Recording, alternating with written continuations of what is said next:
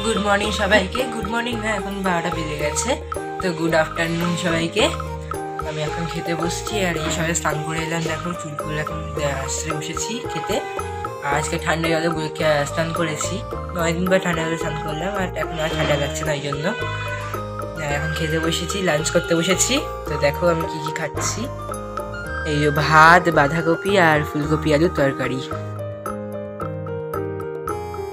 আজকে তো পৌষ পার্বণ, তো মা পৌষ পার্বণ বলে আজকে পিঠে করেছে।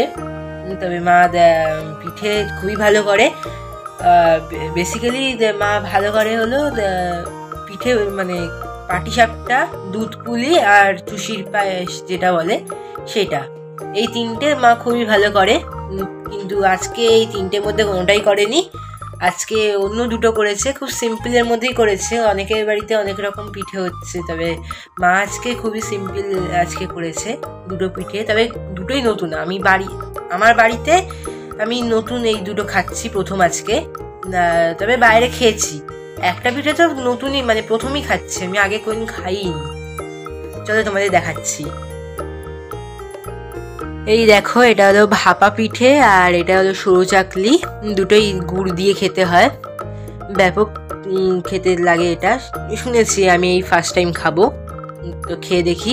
তবে সরু চাকলিটা খেয়েছি আগে, আমি ওটা খেতে হেভি লেগেছে, এখন খেয়ে দেখি কেমন হয়েছে।